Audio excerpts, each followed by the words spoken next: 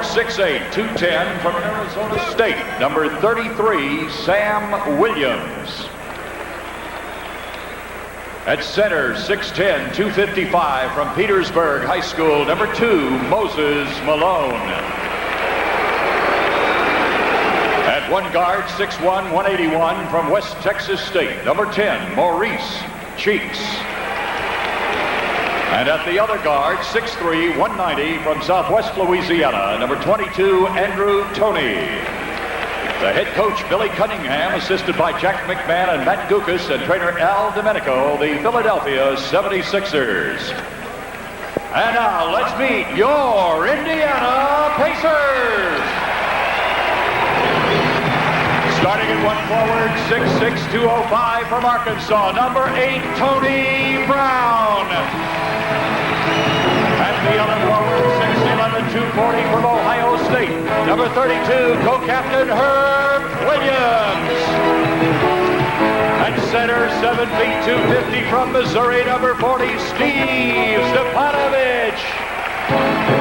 At one guard, 6'4", 190 from Indiana, number 6, Jim Thomas. And at the other guard, 6'1", 180 from Purdue, number 14, co-captain Jerry Seasting. The head coach, George Irvin, assisted by Donnie Walsh and Mel Daniels, and trainer David Craig, your Indiana Pacers.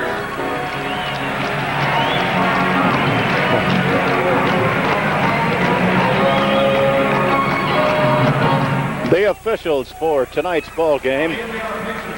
Blaine Reichelt out of Wisconsin in his 5th year in the NBA. 15 years, and he's from Long Island, New York. So Wally and Blaine working tonight's ball game. Wally Rooney's an institution, Jerry. I was watching him walk in. I said to Blaine, Blaine, where's Wally? He said he's signing all autographs. He thinks he's a superstar. And oddly enough, in the NBA now, Dick, as you know, the league is trying to reduce the popularity of their officials. They no longer will allow us to interview them at halftime or on pregame programming. They're trying to keep them decidedly in the background. Let's look at the matchups here, Dick.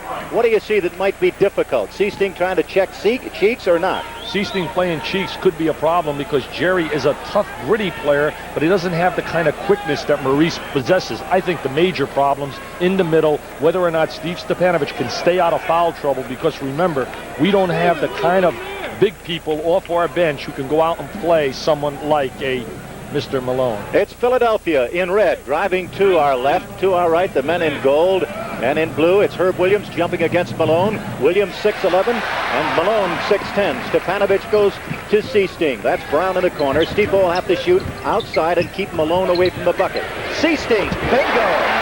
And Indiana takes the lead. He's an outstanding shooter. He can shoot that basketball from 15 to 17 feet, and he's a consistent shooter. That's Maurice Cheeks. Mo trying to get inside. Williams in a start, and this is unusual. Ibaroni played a bad ball game the other night against... That's Toney coming off an injury. Misses the first bank shot against Jimmy Thomas, and Herb Williams grabs the rebound. And look at that foul. That's a good one. But I'll tell you something. When Malone gets in early foul trouble, and George Irvin said tonight before the ball game, that's not necessarily a good sign, because he seems to stop fouling after he gets 3. He hasn't fouled out of a game. Can you believe this? Someone told me in about 4 years. Malone now with 1 foul, and driving, Stipo tries to get number 2, and Stipo doesn't get the shot or the foul, and Irving with the rebound. Dr. J brings it up. Dr. J against the smaller Tony Brown. In the corner, Williams misses the jumper. Rebound to Williams between his hands, and it's picked off by Mo Cheeks. They got to let Sam Williams shoot the basketball and give some help on Malone. See Herb Williams rotate over a little bit and play Moses when he gets the ball down inside. That's Moses down on the baseline, and Brown comes over and helps out. An open man somewhere, and a whistle. Illegal defense called against Indiana. Good call. I want to classify. I want to right now, Jerry, for the fans out there, talk a little bit about that illegal defense as we look at George Irvin. You can double team a guy with the basketball. When he doesn't have the ball, when Malone doesn't have the basketball, you cannot rotate over and double up on him. It would be an illegal defense. Cheeks now trying to work the ball, goes in the corner. Tony, one of the great pure shooters, takes the shot. Oh, look at that. Oh, he's been shooting that jump shot since he got out of Southwestern Louisiana. He was the 8th pick in the draft the year he came out, and he's got great range as a scorer. 51% lifetime. That's where they have to take advantage. They got to take advantage tonight of Herb Williams in the matchup against Sam Williams. All right, Herb gets 2, banking it in. We'll watch the matchup at the other end. It is Brown trying to stop Irving. I wouldn't be surprised to see Dr. J take him in the hole.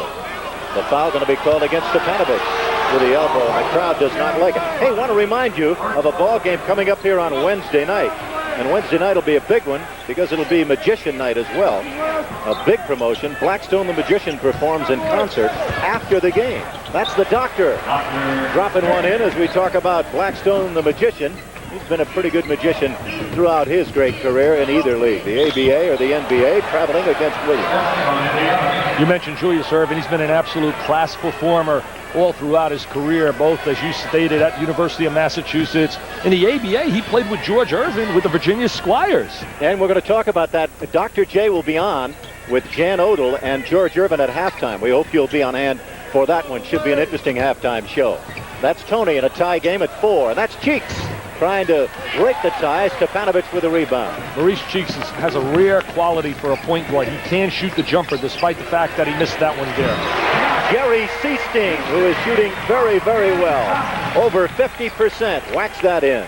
Jerry Seasting has the great knack of being able to square his body, get that good rotation on his jump shot. He's got that beautiful form. In tight, a great block by Williams. On the shot attempt taken by Mo Cheeks inside. Stolen away by the Doctor. He wards off one man, gives back to Cheeks for the layup. Tremendous unselfish play by Julius Erving. Great penetration with the dribble, draws the defense to him, finds the open man, delivers it for the layup. And the ball game is now at 6-all. That's Seasting against Cheeks. Stipo drops the ball and gets it. They have gone into the hole. That's where they want Williams against the youngster. And he takes him down further, scores, basket counts, and he's back on the arm. That's exactly great strategy right there. That's exactly what I was talking about a little bit earlier. George Irvin doing a solid job getting a one-on-one. There's Herb Williams down inside. He's got tremendous size over Williams and takes it right to the basket. Very intelligent play in that series. Both of these ball clubs are good rebounding teams. Indiana leads the league in rebounding. And Philadelphia is the #1 team in offensive rebounding. Jerry, when you got Moses Malone on the floor, great cut right there by Tony without the basketball. He still doesn't look well on that ankle, though, does he? Doesn't look as quick. But Mo Cheeks is quick. Boy, he could pick a pocket at 12 paces. That's Tony. You don't have to have a good leg to shoot that well. That's an outstanding tandem. Cheeks and Tony really play well together. That's 3 possessions, 3 turnovers, and you're not going to beat Philadelphia, Jerry, turning the basketball over, especially when we talk about unforced turnovers. Really just not careful with the ball. Philadelphia leads by 1. Malone outside. If he hits that one, you're in trouble. You know you're in trouble all night. He misses it, and Stipo gets it, and Indiana brings it back. Jimmy Thomas. That's Brown alone. Stipo has the rebound ripped out of his hands by Malone. Oh, you have a great example there of the tremendous strength of Moses Malone. He also has that great knack of going after almost every rebound like it's his last meal. A timeout on the court, and on the LS Air scoreboard, it is Philadelphia 10, Indiana 9. LS Airs, the official store of the Indiana Pacers. This is the Pacer Television Network.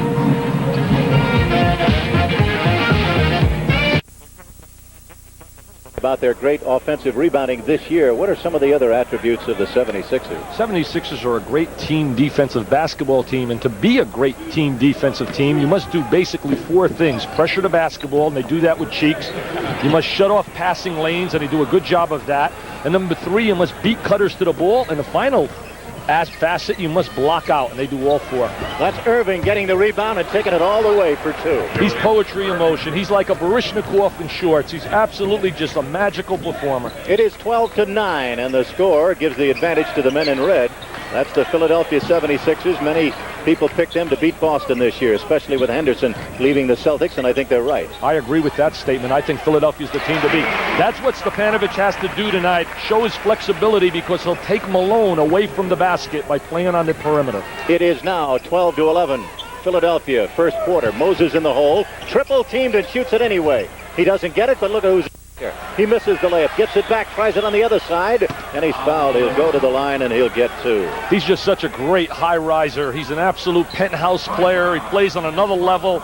There's the jumper from the baseline by Malone. Look at Doc operating inside. He bounces once, he bounces the second time, and then he goes number 3. Just a tremendous effort by number 6. And who said he's getting old? I'll tell you, Jerry, you even have a shot at your age. I'm going to, tonight is pick on Jerry Gross night. I am coming after you tonight. If I only had you on my side, I could be in this racket for 15 years. Everybody be hollering at you. I'll tell you what, I always get in trouble. We're going to get into this. Now, let's talk about Clark Kellogg. He just came into the ball game. Well, we got to get into this. Irving makes the three-point play. 13-11. The lead is to Philadelphia. And it's an all-court press. Somewhat, not a tough press, but just to slow down the momentum of the offense. Cheeks does a great job of getting his head on a basketball and not getting beat. And then he drops into help position. That's perfect. Good call. You called it before it happened. He swiped the ball, and they're driving with a slam dunk as the doctor. What created that basket was their tremendous defensive ability, their team defense, the help defense by Cheeks. That's Kellogg going up, and it should be a foul and maybe goaltending. Scored a basket. He should score that basket. I don't think they're going to give it to him, Dick. I don't think he said he pinned it off the boards. I don't believe they're going to give it to him. Here's the doctor's last dunk as he brought it the other end after the steal by Cheeks. Doc has such tremendous hands. He has the great paws. He's able to catch that basketball, blow it to the basket. But the play was really set up by the defensive end. All right, Clark Kellogg has 7.3% body fat, weighs 228 pounds. And the comment made here the other day was he could lose a few pounds, and it's created a war. Well, I don't think it's created a war, though, Jerry. I just feel in my heart I think Clark can add a little bit quickness if he were to shed 3 to 5 pounds. I'm not an expert in that area about body weight. I'm just observing. There's the ball going out of bounds. I'm just observing with my eye, and I'm not changing. I still think that if he were to shed 3 pounds, you would see a little bit more quickness as we take a look at the Kangaroo Kid himself, Billy Cunningham. I love Clark Kellogg. I'm one of his greatest fans, and I said that in a positive way. That's a foul as Moses works inside. Well, I will say this for the record. You may be right or you may be wrong, but I'll say this, Dick Vitale, you have every right in the world to say what you said about Clark Kellogg, and I will add one step further. The trainer and the coach tonight stated he could lose 3 pounds. So let's put that controversy to rest. You're a reporter. You have a duty to report what you want to report. People may not like it, but go get him, Tiger. Dave Craig does a great job as a trainer. I certainly didn't mean it in any way to be negative of David. I'm very impressed with in fact, today, the trainers in the NBA, they got to be psychologists, trainers, workaholics, and traveling secretaries. They do such a superb job. Here's Moses. Moses is due for a good one. Boy, I'll tell you, he only got 17 the other night in 35 minutes against the Bullets, and Washington blew him out. So look for him to have a big one. The score now goes to 17-12. The lead is 5 for Philly. We're in the opening quarter. That's Kellogg trying to work against the doctor. The doctor's a little bit quicker. It'll be tough. Herb Williams against Moses on a switch. They move the ball in the left corner. That's Kellogg again trying to move on Dr. J, and Dr. J bothered him. He couldn't go to his right hand, and Cheeks comes up with it. Look at the doctor make a move. Foul before he makes the move, and Dr. J averaging 20.5 points per ball game. Already has 7 in the game. His pro high is 45. I'm really impressed with Maurice Cheeks once again. I'm a great fan of Cheeks. As we take a look right now, Doc driving to the basket. Doc put a show on against the young guy, Michael Jordan, down in Chicago. He said, hey, stop all that PR. I'm going to show him the old man still can play. Herb Williams makes a good move there, but look at Moses. He comes back and gets it again. That's Cheeks outside. In that confrontation, Doc totally outplayed Michael Jordan head-to-head. And he got 8 points in the last quarter to blow the ball game apart. He really taught the Rook something, didn't he? All right, here's Jimmy Thomas going to Williams. Williams now against Malone. Garnett in the game. Stefanovic is out. Garnett along the baseline, trying to make room inside. Williams shoots, and Herb scores. The co-captain tracks it in. He's got a great start with 7. He's a very versatile performer. He can go inside, outside, has all kinds of ability. Good push by Herb Williams, who pushed Malone right out of the way to clear the boards for Indiana. Herb hasn't missed a shot yet. He feeds off to Thomas as he falls out of bounds. Nice play right there. Herb showed some good agility on the baseline, but also Jimmy Thomas cutting without the basketball. Thomas is one of those plus players that you have to have on your roster. He does so many of the intangibles. He's a kid that will not get a lot of publicity, but is a solid performer. Good defensive play by Siesting. It is Philadelphia by 1 with 4:58 to go in the opening quarter. And back into the ball game, or coming out of the game, Siesting. Coming out of the game, Sam Williams. Fleming comes into the ball game. And coming out of the game, Jimmy Scott. And coming in is Stansbury, Terrence Stansbury. What a ball game this kid played the other night. He played a fantastic game. 26 points in the second half against Chicago. Did a great job as an offensive rebounder. He's murder. Once he catches the basketball in the lane, he shoots that unorthodox jumper. You got to fight like heck to try and deny him the basketball and not allow him to get his position that he wants on the inside. He took 2 shots out to him and got the turnaround inside. He's got 4. Look at Kellogg drive. Takes an off-balance shot, and the round man comes in to grab the rebound, Charles Barkley. Over to Tony. Tony scores on a good fast break, keyed by the big man. They really execute their fast break perfect. They get the ball in the middle of the floor. They run 45-degree angles on their cuts from the wings. They're really a well-coached basketball team. Billy Cunningham does a really first-class job on that sideline. Cunningham wins 69.5% of the games that he coaches. Herb Williams with another great tip behind 2 men. Williams has 9 points, and from the field, he's 4 out of 4. He's very active tonight. He's one of those guys I talk about as a Dow Joneser, up and down kind of performer. Out of bounds, the ball, I believe, will go back to Philadelphia. It's Indiana ball. Herb is an absolute teaser. He's the kind of player that can drive a coach bananas because some nights he shows you that he is a superstar, and other nights he just looks like any other player on the floor. Good call, an honest call. Something that won't go too well maybe with Herb Williams fans, but that's the honest count. That's Kellogg who's fouled in the act of shooting. Irving caught him on the arm, and he'll go to the line, and this young man will get 2. Clark said to me tonight, he says, Coach, I don't need to shed any weight. He said, I'll get the ball anytime I want. I'm quick. There he is getting position on the inside. He's a great kid, though. He does tremendous work for the Special Olympics. He's just a first-class person and was a great player at Ohio State. They had quite a trio when they had Kellogg, Williams, and Ramsey. They'll hold a basketball clinic for Special Olympic basketball teams, athletes, and coaches February 13th at Market Square Arena. And Clark Kellogg is the honorary head coach of the Indiana Special Olympics. And he has established again Kellogg's Corner, in which he's purchased 30 tickets for each Pacer home game. The tickets will be distributed to the Special Olympic groups and inter-city kids. Hope to see you there. It ought to be a lot of fun. He'll be on hand for that big one. February 13th, mark it down. The ball game is now 21-20, as once again they've overcome a 5-point lead. Commenting about Maurice Cheeks again, Jerry, for every youngster out there who wants to watch a young guy play the point guard position, they got to watch, as we look at Bill Garnett, who had his first foul, they got to watch the performance of Maurice Cheeks. What makes him so unique is that, number one, he thinks pass rather than think shot. So many other guards want to come down and think shot first.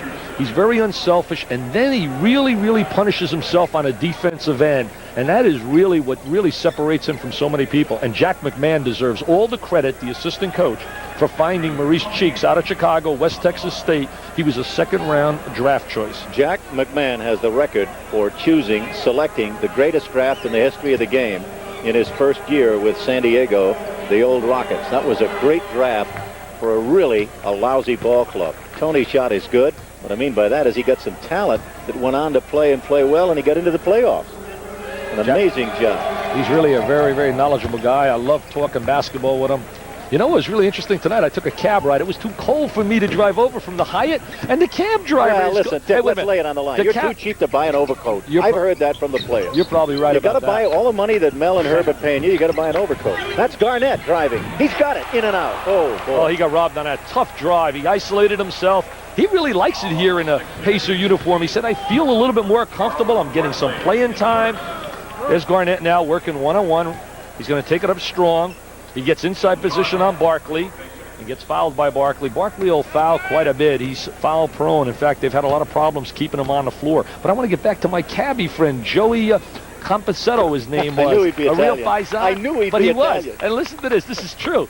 The guy kept ranting and raving. He said, those young Pacers, I'm so excited. I watched them the other night. He said, not like last year. They were boring. He said, this year they hustled, they scrapped. And he said, I like that good-looking young coach. What did he say about the announcer? Oh, he said, who was that clown? Who was that clown, Vitale? Who was that clown? You said he's in the back of your cab, Turkey. I said, here he is, right here. It's 23-22, the 1-point lead for Philadelphia. Tony on the back line, Barkley and Malone up front, and Richardson, who just came into the ball game, has been starting. He's 6'3" on the back line. We have 13 seconds to go on the timer, 3 minutes to go, plus 10 in the first quarter.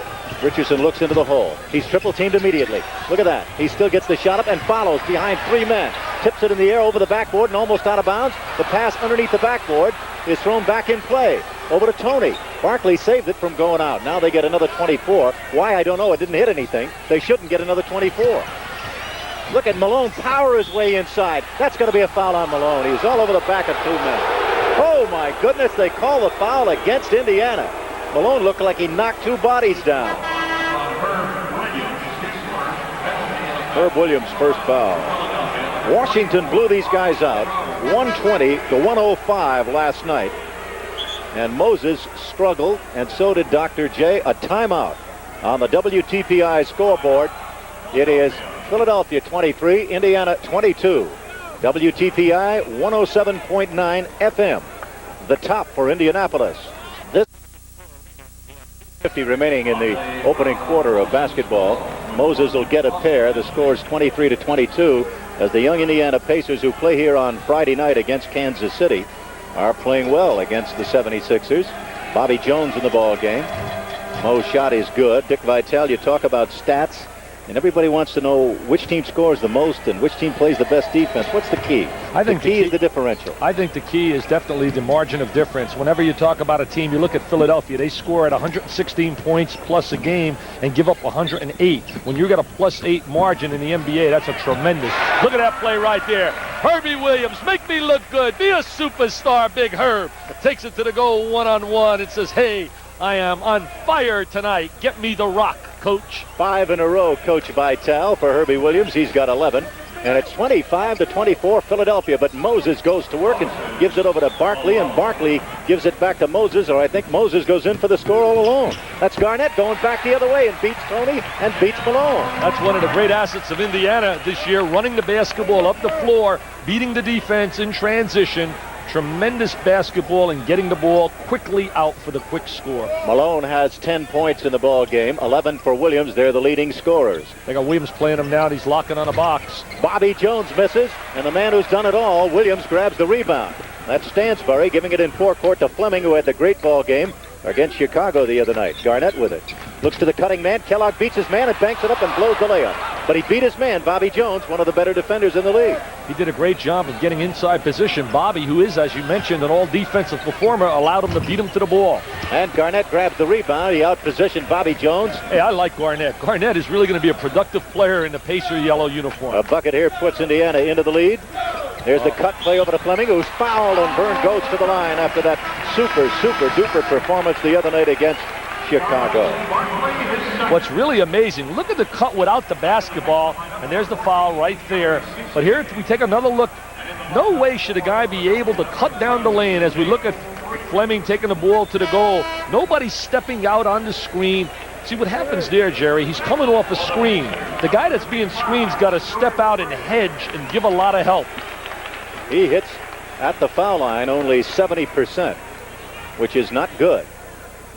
No, he's got to work. I tell you, if I were Vern Fleming, I would live in a gym. I said it during our first telecast, shooting the jump shot off the dribble, without the dribble, and also on the free throw line. Tom Newell and I were talking once about this on the phone, the director of personnel, and I really believe that this kid can make himself a better shooter because he has so many other positive aspects of his game, his quickness, his jumping ability. He's got a great attitude. Back in the ball game with that shot. It's a 1-point lead for Indiana. Garnett steals the ball against Jones. Slam dunk. Hey, Wyoming, he's playing like a cowboy again.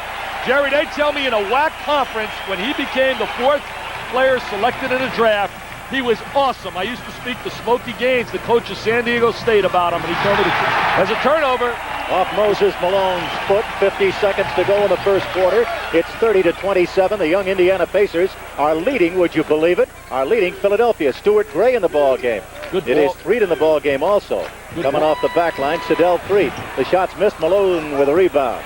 He bobbles it, but gets it back. I was teasing Stuart Gray. I said, Stuart, you know I pick an all-airport team. Guys that look good at the airport and get no PT playing time.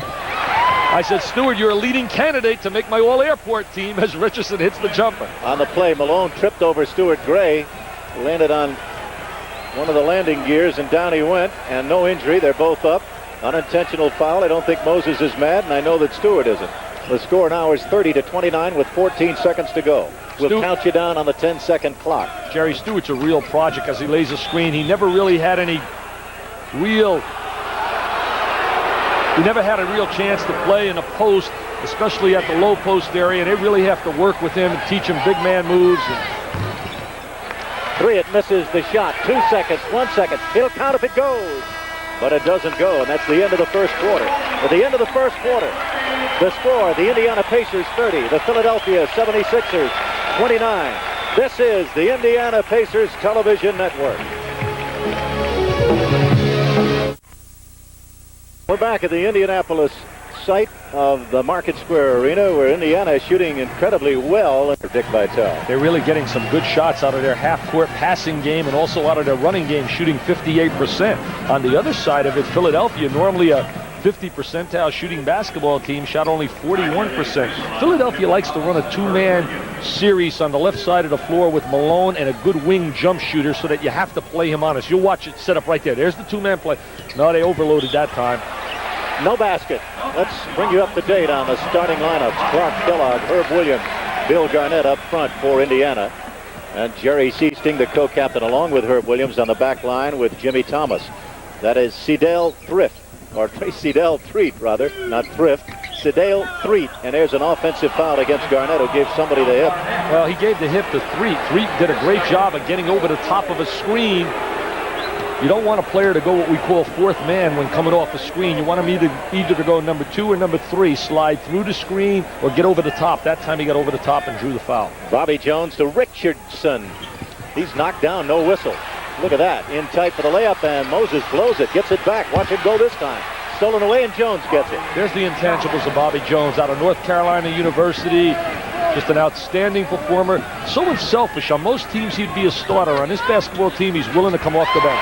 And Clark Kellogg eats him up with a good move as he goes over the top of him. 32-31 in favor of Indiana. Second quarter. Kellogg does a good job when he's isolated in one-on-one basketball. A banker, no, not a banker, just a straight turnaround jump by a guy 6'6", 263, Charles Barkley. He is so wide. It's so difficult to be able to, you can't front him. You can't play in front of him, and he does a great job once he touches the ball in low post position. That's Kellogg outside. Bingo, he's got it. Goes inside, goes outside. I think you might have pumped him up a little bit. He's feeling the rhythm right now, and he's really, see what happened by setting up himself with that drive, he was able to get the open jumper. Look at Barkley trying to lock on Clark down on the box. Outside, Bobby Jones shoots and misses, tipped in by Malone. Moses all over the joint. The lead seesaws back and forth. It's 1 now for Philadelphia. 35-34. Malone is so active on the offensive boards. He really is constantly climbing. You must body up on him at every possession. You got to really get a body on Malone. Williams misses his first shot of the night. The rebound at Garnett, lays it up and in. Hey, I've never seen Bill Garnett. I mean, he's playing outstanding basketball, and not only tonight. I'm becoming a Bill Garnett fan. We better start a Bill Garnett fan club here in Indiana, and all the people get on that kid's case and build up his confidence, because I think that's all he needs is confidence. That's a kid who's a 6th-round draft choice, Sedale Threet, who just made that jumper. And right now, 8 points in the ball game for Bill Garnett. In the ball game with that jump shot, the first 2 for Threet, and the score's 37-36 in favor of Philadelphia. Garnett turns in on Barkley, and here's a whistle. Did he step on the baseline, or did he get fouled? I thought he walked with the basketball, Jerry. I don't know if they called a walk in violation. I thought he walked with it. They called traveling, and the ball will go over to Philadelphia. Richardson on the back line with Threet up front. Coming into the ball game, a man who's no stranger to Philadelphia fans, and no stranger, should I say, also to fans here. Clem Johnson at 6'10". He was here for 3 years. He's up front. And Irving back in the ball game also. Barkley stays in at the hole. And that's Irving with it. Threet goes into the corner. Richardson. Oh, boy, they make it look easy outside, don't they? Richardson really normally isn't a good perimeter shooter. He's more a slasher, a good defensive player. He took over for Doug Collins when he got hurt. What a showtime move right there by Kellogg. He gave him a little shake and bake, showed him the basketball, took it to the baseline, and he said, "That's for you, Dick Vitale. I'm showing you I got quickness with the weight I have." Inside, Barkley makes a good move on Kellogg, gets inside for the second shot, misses, and Granny Waiters picks up the foul inside. It is 39-38 Philadelphia. Watch Barkley work on the glass right now. There he is, the great head fake for all you young players. Throw that little pump fake inside, get the defensive player, and he drew the contact from Waiters. So many guys leave their feet as soon as you go up with that basketball and give that fake. This kid is from Auburn, #1 draft choice on a hardship, first of 3 the 76ers had. How about that? You got a great ball club and you get 3 draft picks, #1. That's Stansbury with a rebound. That's Clark Kellogg outside, up for the right-hander. He hits it off the side of the backboard. Wanted to bank that one. Irving gets the ball. Hey, he traveled, for crying out loud.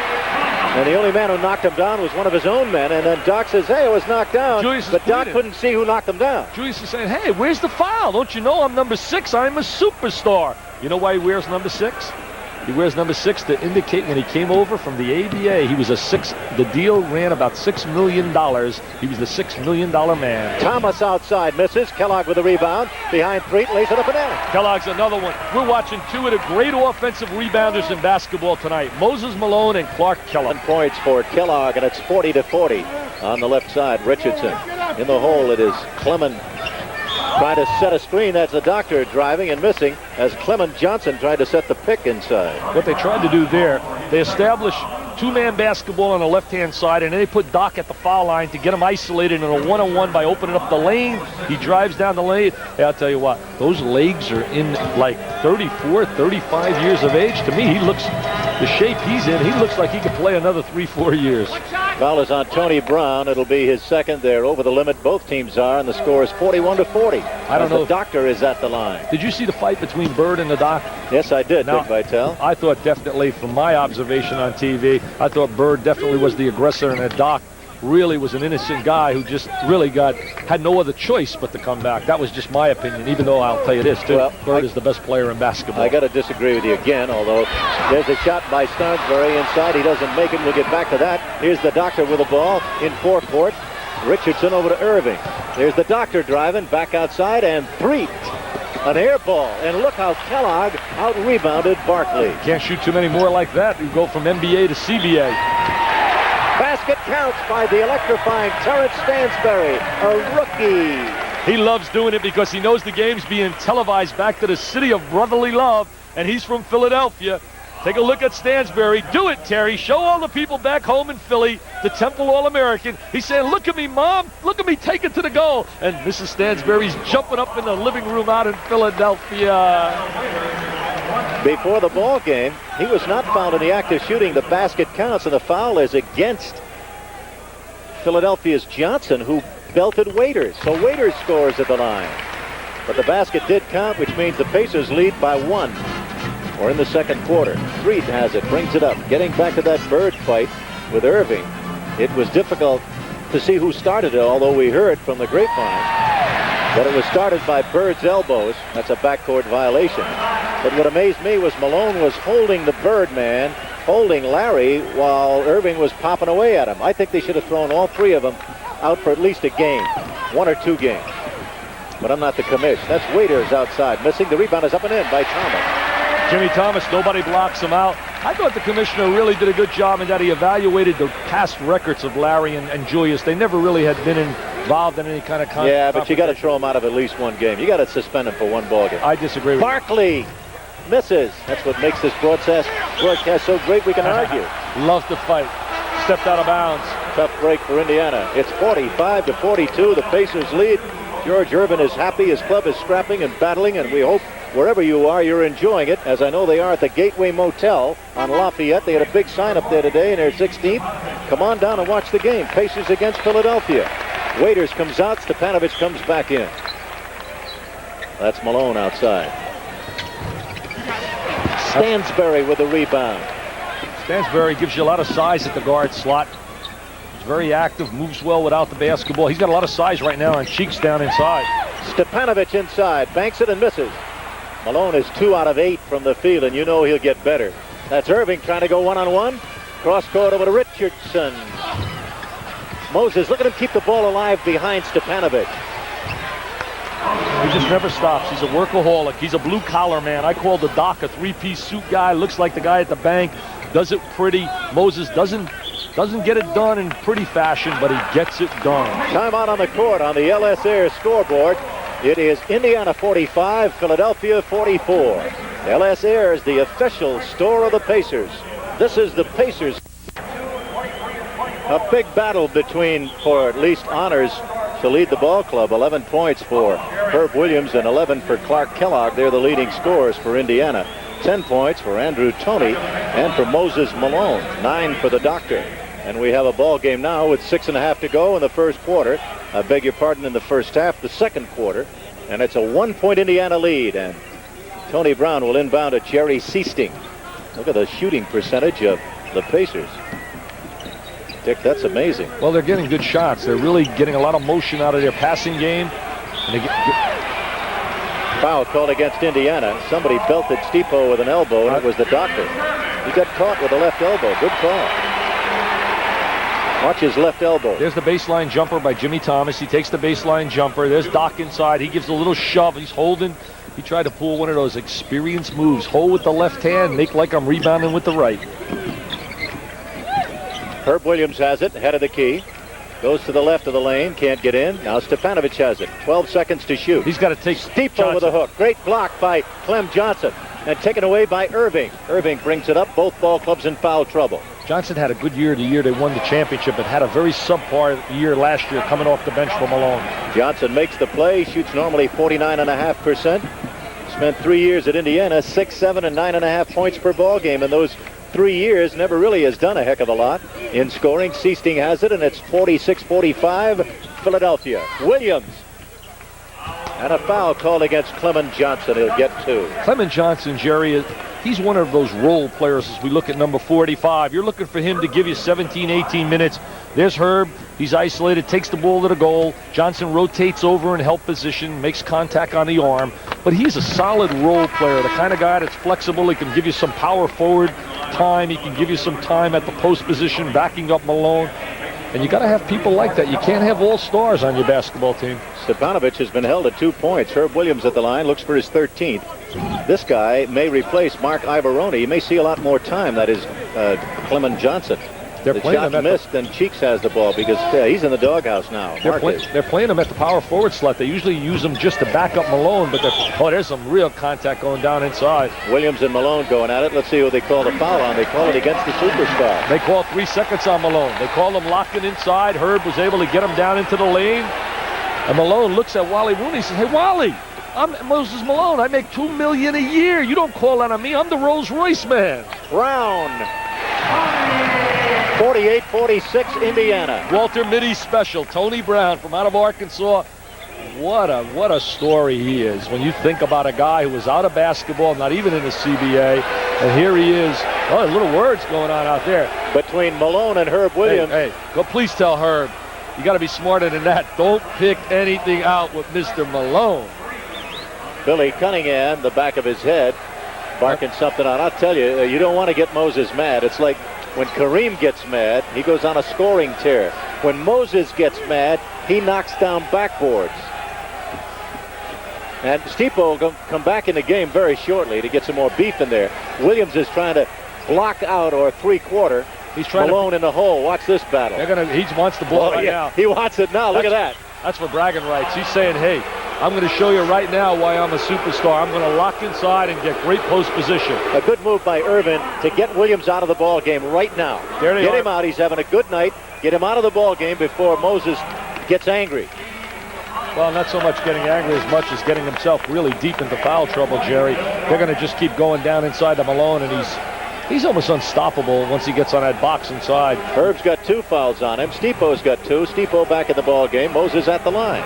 What people don't understand on the professional level, and I want to really point this out to you, it's very difficult to front a guy or to three-quarter him because in the NBA you can't rotate over and give help from the help side like you can in college because you'll be called for a 3-second defensive violation in that lane, which is an illegal defense. A good call. The shot's good. He's 6 for 6 at the line, and he's got 12 points. He averages 26.5, and he averages 15 rebounds in forecourt. Garnett has it. Good move taking Jimmy Thomas and letting him cut without the basketball so Cheeks doesn't pressure the ball.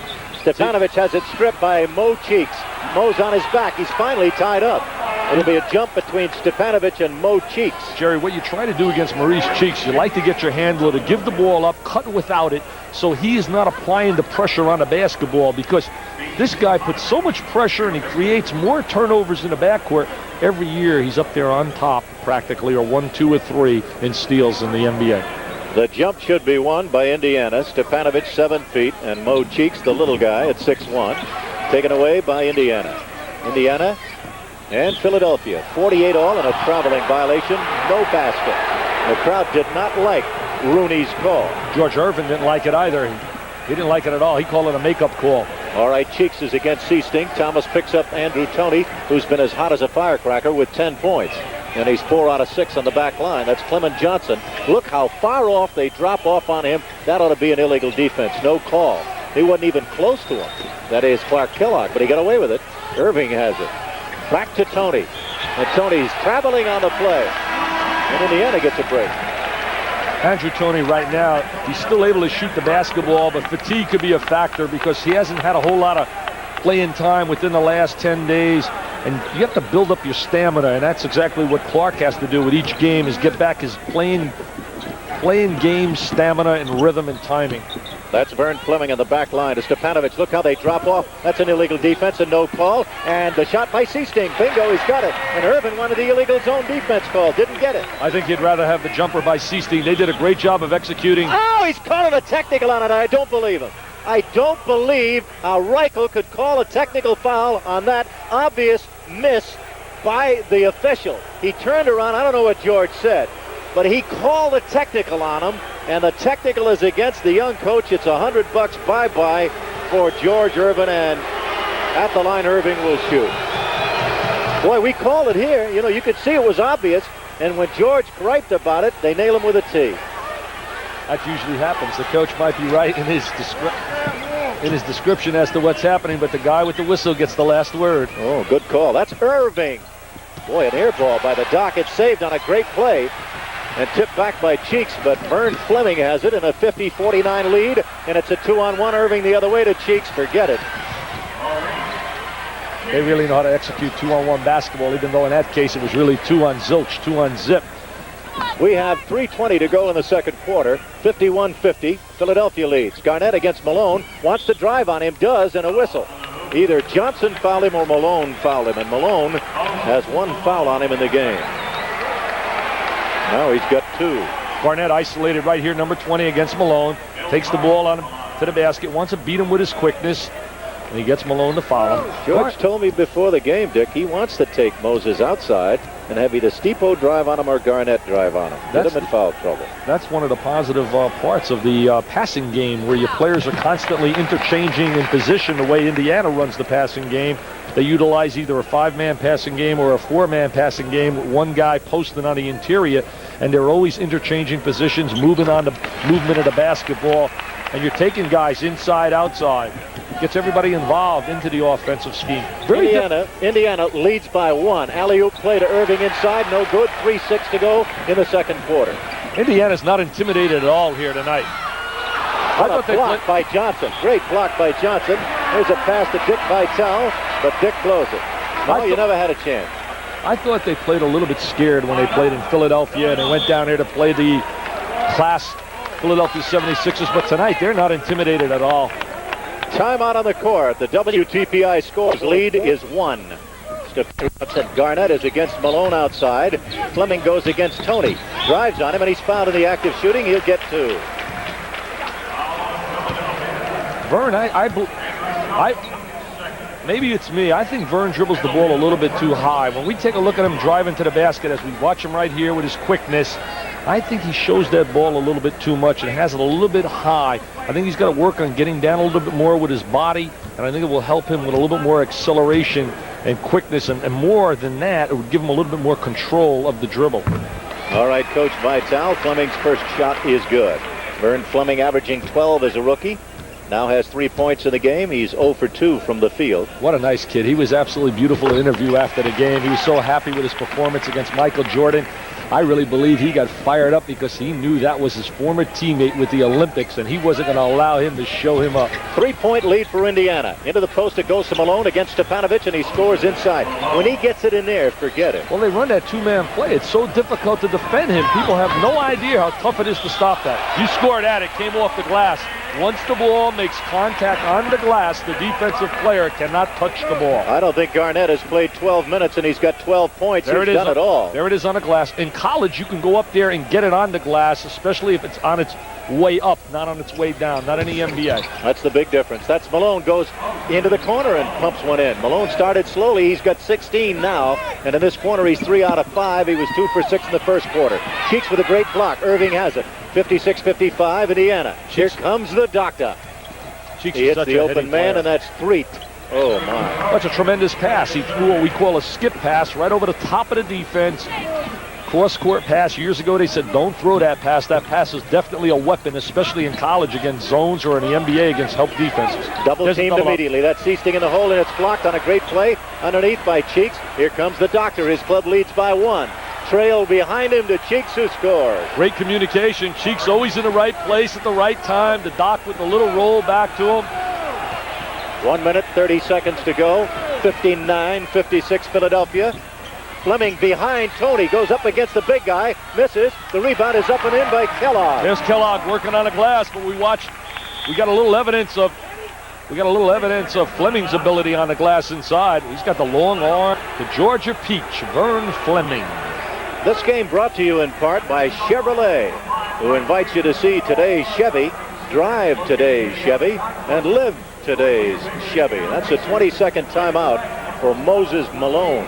As you see the doctor now, and a look at Herb Simon and his lovely wife. And I believe over there also, Mel Simon is sitting nearby. You talk about the class two owners guys. are really enjoying this one tonight, but dying a little when you see your ball club ahead and they'll go back. You know, they're really good owners, and they really live and die every game. They really get involved. And I'll tell you, at the hotel today, I was so impressed, as you mentioned the owners, Herb and Mel, with the number of people that came up to me and who are so just thankful that they kept this franchise here in Indianapolis. They sure did, and they have been averaging 13,000 a home game, and I hope you'll be a part of it on Friday night against Kansas City. That's Clement Johnson shooting and missing, trying to get it back. It's tipped out of the hands of Kellogg, but taken away by Indiana. Thomas has it. Thomas tries to get it inside, and again, the great hands of the backliners. Stolen away on the play by Tony, and a whistle and a foul as the ball goes loose, and I believe it's against Philadelphia, and they are over the limit. Seasting's the guy you want on a foul line. He's automatic. Put him down right now. I know you're keeping score. Get him in a book. Jerry's just automatic on that free throw line. He's been one of the great foul shooters of the league for years, and now he's hitting 86.5%. And he's got the first one of 2. The biggest lead in the ball game was 5 by Philadelphia in the first quarter. He's got 7 points in the ball game. The biggest lead for Indiana has been 3, and it's now knotted up at 59 all. You take his desire and put it into another Purdue former All-American, Russell Cross, and Cross would have been a great one. I thought Cross made a major mistake leaving college a year early, coming to the NBA. I just didn't think he was ready physically and emotionally for that. But this kid made himself an NBA player because of his tremendous desire.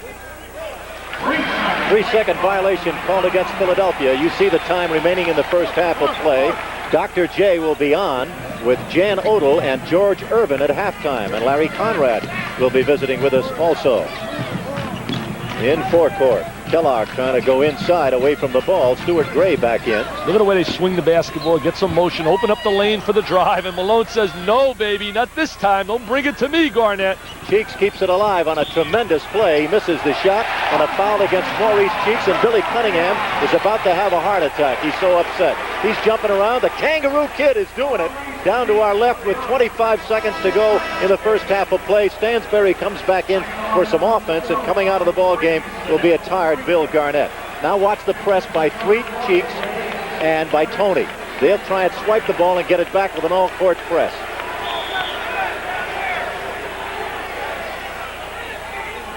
Second timeout. Yeah, you're only entitled to 1 20-second timeout a half, and they already used one, Philadelphia. He let him make a change, and coming out of the ball game is Cheeks. So they make a change, a substitution, no timeout, just the officials' timeout. They look like they're in a 1-2-2 set, spreading out. Going to run Seasting off the screen maybe as he runs down the clock and play a little two-man basketball. Good move getting Gray on the floor right now for a minute or so. There's the screen. Oh, there's the block right there by Clement Johnson. I mean, he definitely stepped out and got him. And Reichel made the call. That was a good call by George Irvin. They went to a 1-2-2 set with 2 big screeners, and they're going to run Jerry Seasting off the screen for the jumper. And what they got out of it is an automatic deuce because Jerry's going to the foul line, and he know he's automatic. Dick, this is the same play that beat Indiana in the opening game with Gus Williams taking the same play with 6 seconds to go. He made the move. The defensive man stayed with him. He couldn't go around him. He took the jump shot from 18. and it went in, and Indiana lost the ball game by 2. Washington certainly didn't look that great that night, but they're on a roll right now. They've won 6 in a row and are playing just great basketball with Williams. And I think the trade of getting Robinson and also Cliff Robinson and Gus Williams for Turpin and Tim McCormick was a steal. Bob Ferry deserves Exec of the Year in Washington for that maneuver. Right now, Jerry Sichting has put his ball club into the lead by 2. I would love to have coached Jerry Sichting. I mean, he's the kind of guy you just love on your club because you know one thing with him, his work ethic. He's going to come to play every night. You're never going to have to worry about motivating him to perform. 5 seconds. They'll go in time with the buzzer. Let's see. There's 1 second left, and that's it. That ends the first half of play. A great first half for Indiana. They've taken this great ball club right into this one. They know they're in a dogfight, and Billy Cunningham knows it as he goes away for the intermission break. Don't forget Larry. The force, and he's been that way the last week or so. He's been such a contributor off the bench. We talked about earlier as we look at, there's some guy that better see a clinician and lose some weight, huh? Maybe he wants to play a little hoop. But you know, a guy we talked about, Jerry Sichting, shooting free throws. I'm going to give you one about Jerry Sichting. Jerry Sichting learned how to shoot free throws from a guy by the name of Sam Alford at Martinsville High School. Sam Alford is Steve Alford's dad of Indiana, who led the nation in free throw shooting. Hey, Sam, you ought to put a clinic on for everybody in America and charge him because you must be doing something right. He's now the coach at Newcastle High School, the same high school that produced Kent Benson. Bobby met the press today here. He was in rare form. He ripped everybody again. Bobby had a great day. He was having a lot of fun, but we weren't there. I wish I was there. Williams blows the alley-oop. He had the alley-oop easily, but he couldn't handle the pass. He was looking at the bucket before he caught the ball. You know, you mentioned Bobby Knight speaking to the Hoosiers alumni over in Indianapolis. I wish you and I could have been there because I would have loved to have heard his comments. He's such a, I find him to be a fun kind of guy. That's Herb Williams scoring no basket. He traveled before the shot. Let's give you the lineups. Herb Williams, Steve Stepanovich, Tony Brown, Jerry Sichting, and Jimmy Thomas. Jim's in the lineup on the back line against Tony. Cheeks is the other backliner. Sam Williams up front, and that's Dr. Irving against Brown. Andrew Toney has it outside. They tried to run a back screen for Sam Williams to the slam dunk, and the second option is Tony with the jump shot. Tony is definitely favoring that ankle, Jerry. He's definitely favoring that ankle. But he still had a whale of a first half. Well, he's going to shoot the basketball. He's still going to be able to do that with no legs. So he can shoot the ball. 5 out of 7, 17 minutes. He had 12 points. Indiana leading in the game now by a 62-59. That's Thomas whacking it in, and Thomas whacks it in to give Indiana their biggest lead of the night, 64-59. Good move by Thomas, number one, because Tony's playing him, and that's where the ankle, I think, would bother him if he had to really start to move laterally against an offensive player.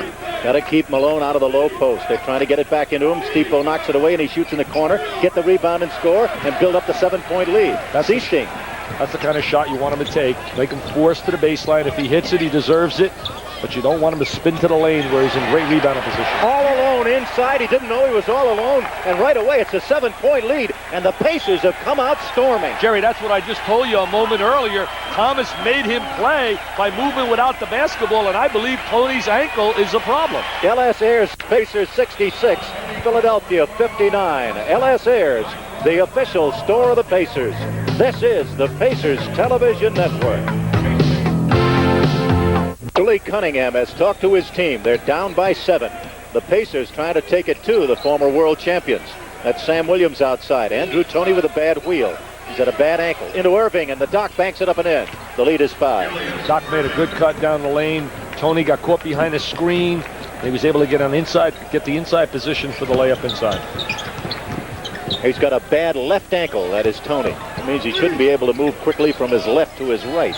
Can't push off on that ankle. That's Williams with a bad shot. Just a little too anxious on the play. Moses with a rebound. Moses has 8 boards now in the game. Good defensive transition. Indiana's getting back, making them play 5-on-5 basketball instead of the vintage fast break of Philadelphia with the number game, 3-on-2, 2-on-1. And usually their defense keys their offense. That's a good rebound by Stepanovich. Indiana leads by 5 with 9.5 to go in the third quarter. That's Brown. It's rejected by Sam Williams, I believe. Sam's got great legs. He was a great jumper out of Arizona State when he played on a club that had some tremendous talent. Great tip that time by Sam Williams. He can really leap. That's his greatest asset, his bounce off the floor. More bounce to the ounce. Sam Williams. 6'8", 215 from Arizona State University, 66-63. Jimmy Thomas, a long one, and the rebound. Look at Stipo out-battle two men, but it's rejected by Malone, and it's jammed up and in on a fine play by Herbie Williams. Herb Williams and Stipo really working the offensive boards. Herbie's got 14 points, Dick Vitale. Stipo doesn't have a lot of points, but he's playing Malone tough. He's letting him earn anything he's going to get down inside. He's fronting him right now on a whistle and a foul. Yeah, you're right, Dick. His effort tonight will not be seen in the scoreboard, but he's really worked Moses. There's Stipo working right now game. down inside, trying to three-quarter him. There's the jumper forced on a baseline, but he draws the fouls. Tony was such a player for Southwestern Louisiana. Raging Cajuns. Foul to be called against Indiana. And at the line, you're looking at Andrew Toney. It is on Thomas's first. Tony's a defensive stripper. He puts that ball gets that ball in his hand, faces the defensive player, and one-on-one, he just takes you apart. He was chosen by the Boston Celtics fans on WHDH in Boston as the most feared Celtics opponent. He used to really drive the Celtics bananas, especially the year they won the championship. He'd go up there and light them up for like 25-30 almost every time on the floor. Indiana leads by 3. Irving gets beaten by Kellogg, who misses the driving layup. Malone keys the quick offensive rebound or defensive rebound, and the Doctor makes a defensive mistake and gets the bunny on the other end. That's what you have to shut down. You got to eliminate the layups they can get in transition, and it's very difficult to do all night long against the kind of running attack they have. That's why Malone is so tough. He gets the ball for you. Seasting gets the bucket, and it's 70-67. Just a heady performer, knows how to get free along the baseline, doesn't have that great quickness, the tremendous acceleration, but Jerry Seasting knows how to play with the head as well as with his feet. 12 points for Seasting, and he fouls Irving on a double team. It'll not be a two-shot foul, I don't believe. I think it was before the shot. There's Irving right now. Seasting's going to reach in with the left hand, makes contact, but they'll take it out of bounds. Tony misses the shot, and it goes off the fingers of Malone and out of bounds. They're a little lethargic right now, the 76ers. Right now is a good chance for you to get a little lead and run up a 4-1, 5-1 spurt and open up that gap. They look like they can be had tonight, Dick Vitale. Thomas trying to go in the hole and see what he can do against Tony. And again, the interception, a bad pass by, I believe it was Williams. And this is where they're at their best. Always trying to create an opportunity off their steals, off their forcing the turnovers. Stripped away momentarily, but Tony gets it back. Malone is now in position. Jimmy Thomas. Jimmy Thomas doing what you have to do, doubling him up, going down inside to give some help. Thomas against Cheeks. Oh, great call by the official. That was a solid great call. There's no question about it. Jimmy ran right over the top of him. Yeah, give Blaine Reichel a great call on that one. Great position by Cheeks, who really got in the way of the drive. Cheeks would, I'll tell you something, Bobby Knight would love, I mean absolutely love to coach Maurice Cheeks. He's his kind of player. Bucket here cuts it to 1. Cheeks keeps it alive. Doc misses it. Look Cheeks, at that pass. Oh, what a play. Is he a player? Is Maurice Cheeks a player? Great block by Williams, though. This time he fouls him, and they wanted a traveling violation. Should have had the walk-in violation. Should have definitely had it. Didn't get the traveling call. Should have had the traveling call. You take a look for yourself right there. There's the extra step. And now he goes down the lane. He takes it right at Stipo and Herb, and they meet the challenge. But oh, did he get away with one there. Moses Malone at the foul line. Moses Malone tonight has gone 6 out of 6 at the line. He's lean and mean this year, Jerry. He is hungry after what happened last year. Well, what happened last year was his owner blasted him, and he hadn't talked to his owner since last year. I didn't know that. Oh, yeah. I didn't know that. Katz really took a rip at him. Said, hey, this guy's not worth the money I'm playing him. Moses hasn't talked to him since. But he's been playing like a bear this year. Oh, as if he wants to show his owner. It is now 70-69, a 1-point lead for Indiana. Tony forcing toward the sideline. You usually can force either sideline or funnel it toward the middle of the court. They're going to the sideline. Stepanovic comes out of the game, and Garnett comes back in on a foul against Philadelphia. Don't forget, it's Kansas City in here on Friday night. Foul call on Maurice Cheeks, his third. 3 on Johnson, 3 against Brown, and 3 against Stepanovic. Those are the only men in foul trouble. Look at Garnett, who wants to take Clem Johnson in the hole, or is it Sam Williams? It's Williams and a violation or a foul going against Indiana. I don't know that call, what they found there. He's trying to lock for position inside, and they get a foul on Garnett, I believe. Yeah, you're right. I thought it was a 3-second, but you're right, it is a foul. It's like a quarterback. Malone handing off, setting the pick, and Williams blows the shot inside. Good play by Malone. Rebound taken away by Indiana. Indiana leads by 1. Williams to try and go on Moses one-on-one and drive by him. That's Kellogg against Irving. Great defense now set up. Boy, the defense of Philadelphia has been very good lately. Kellogg really has to be isolated a little bit more in the offense.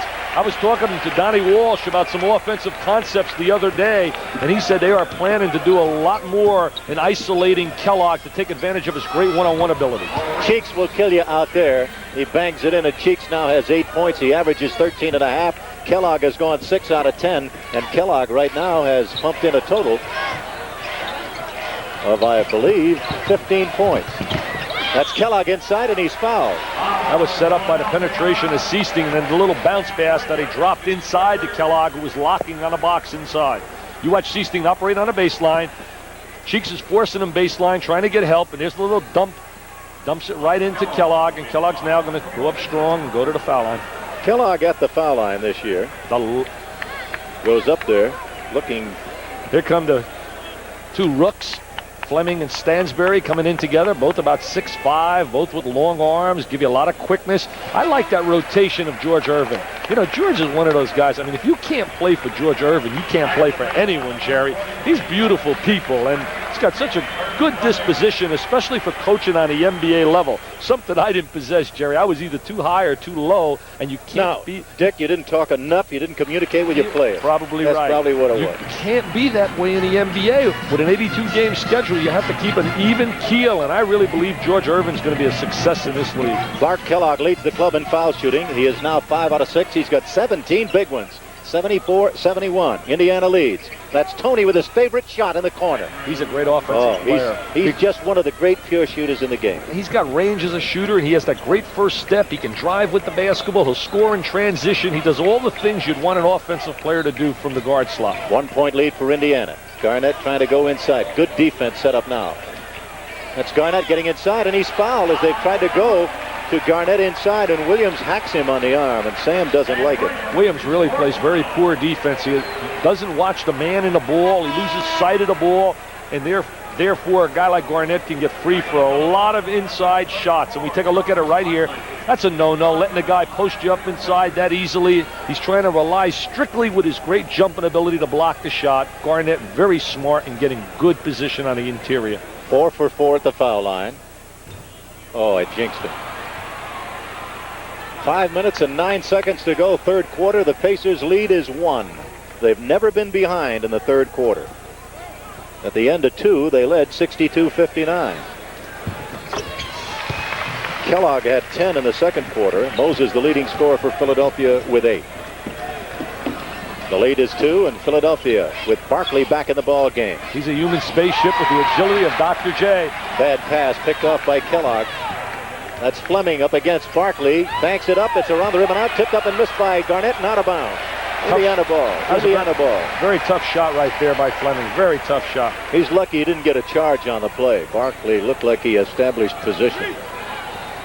Let's see what the call is on the play coming off the bench. Clark says 1. Come on, guys. I got play 1. Play 1 is give me the ball. I want the ball. You could see he got the call from his coach. The one call is nobody's underneath. They got 5 men and an umbrella outside. Kellogg wants the ball against the Doc. There he is. He wanted it. You could just feel it. Certain players have that certain confidence about themselves. He said, hey, Doc, you can't check me, Doc. I'm young. I got young legs. Your legs are getting old, Doc.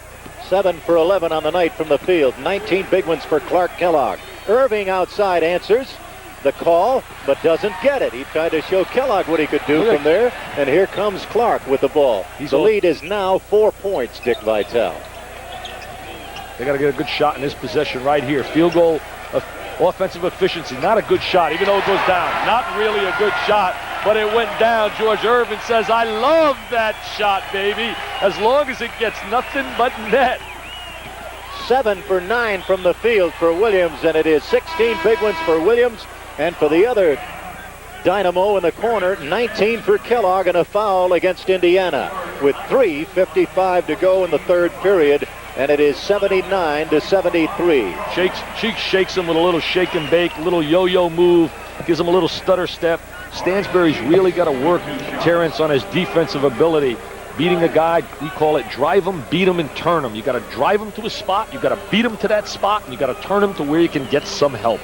Matt Murphy's Chevrolet folks are certainly in attendance here tonight. Jan Henderson on hand watching the ball game. Hey, Larry, was quite an interview for you, boy. I'll tell you something. That guy can rap. He may take your job or my job. You know what I'm talking about. I'll tell you one thing. It'd be easy to take my job. I never get a chance to say anything. Oh, you know that's not true. I meet guys all over. They say, Dick, you're so quiet and introverted. That guy Gross is always on the mic. Cheeks gets one, misses the next. Stansbury gets the rebound. 15,031 are here tonight, according to Randy Dodd, our capable statistician. Fans are really coming out to follow this Pacer team because they do play exciting basketball. Guys, it knocked, I think, out of bounds. No, it was off his leg and out of bounds, and it goes to Indiana. And on the back line now is Sedale Threet, who's very, very quick. And he can shoot, too. That's Barkley taking the shot outside, and he doesn't get it. And Stepanovic out-rebounds the big man Malone. Here's Kellogg against Bobby Jones. He gets a fake left, goes right. And Tony Brown in, shoots, and a great block and a jump ball called as Malone comes up with a 4-star play. Watch this. Kellogg, little shake and bake of himself. There he is now driving in the lane, leaves his feet, dumps it off to Brown. There's the help right now by Malone. Malone says, hey, Tony, there's no place inside for guys like you when I'm in here, baby. Thou shalt not enter the lane is one of Malone's commandments. 5-point lead for Indiana, third quarter, 3:10 to go. Hope wherever you are, you're enjoying Indiana Pacers television. Fleming's a tough defensive player. He really plays well defensively. Slam dunk by Malone as a nice cutting play. The left-hander missed by Cheeks, who's upset, but it's now 79-76. Indiana leads with the ball. Swinging the ball, good ball reversal. Swing it to side and make the defense have to really check you. Great ball reversal. They swung it from side to side, got the open jump shot. It's very difficult to defend people when they're moving without the ball, and you get good ball movement as well. Barkley inside, fights his way, tips it up and in. Hit the ball on the rim and no offensive goaltending, and he hit the ball on the rim, no question about it. They don't get the call, and with 2.5 minutes to go in the third quarter, it is timeout on the court. And on the WTPI scoreboard, it's the Pacers 81, Philadelphia 78. WTPI 107.9 FM, the top for Indianapolis. This is the Pacers Television Network. Back at the Market Square Arena, Jerry Gross and Dick Vitale, 81-78. It looks like the Knicks are leading Cleveland tonight, and I know you want to say something about Bill Cartwright. Well, Bill Cartwright's son, his 4-year-old son, is going to be undergoing heart surgery, and I certainly send our best wishes to little Jeremy. Bill out with an ankle injury. He's got more concerns now, though, with his son. Seasting misses outside. Malone with the rebound, and he's knocked down. It'll be a foul called against Indiana.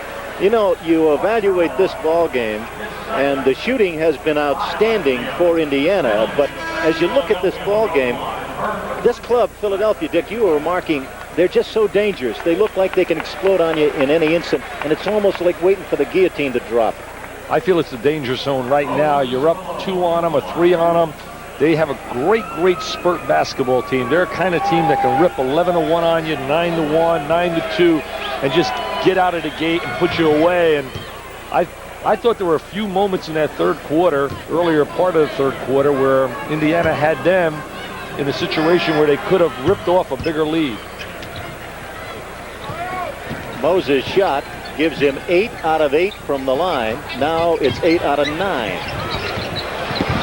Oh, Philadelphia beginning to take the boards. Look how fast Reed is going up the court. Hits, great block off the board.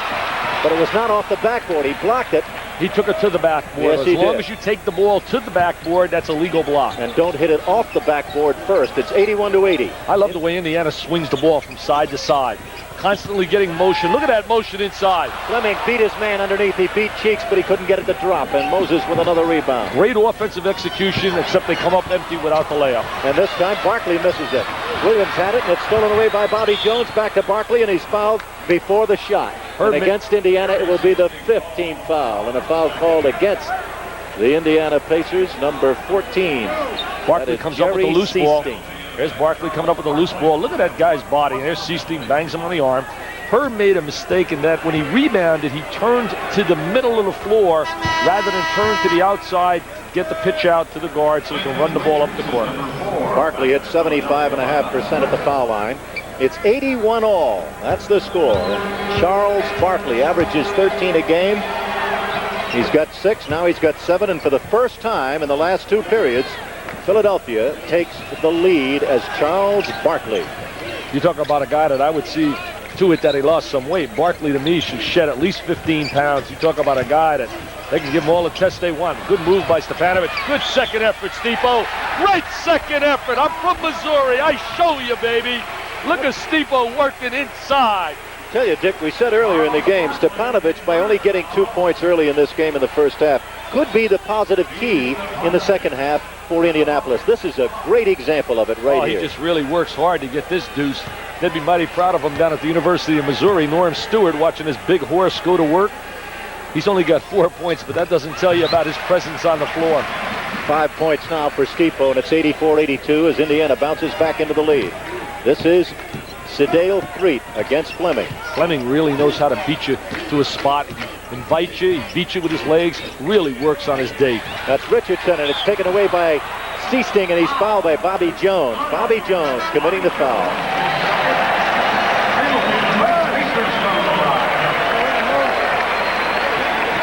There's Sichting right now, comes up with the ball, and Bobby Jones makes contact with him. Number 24, he's been all defensive forward for a number of years. One of the true great defensive players in the NBA.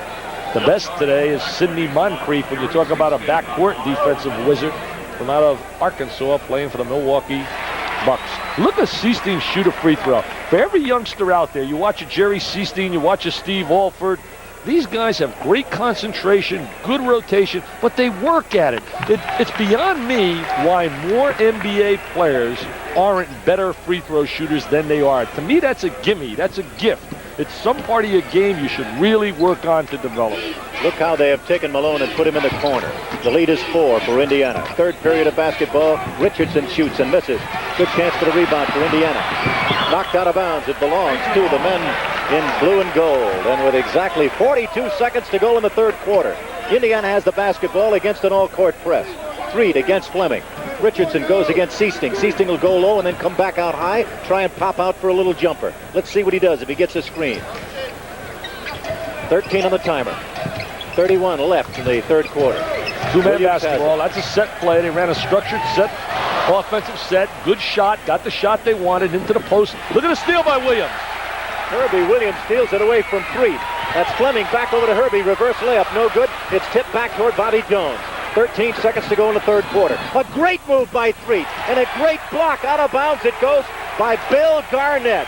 Sensational. Garnett's really earning the plaudits of these fans. Many of them are standing up, giving a heck of a cheer for his performance.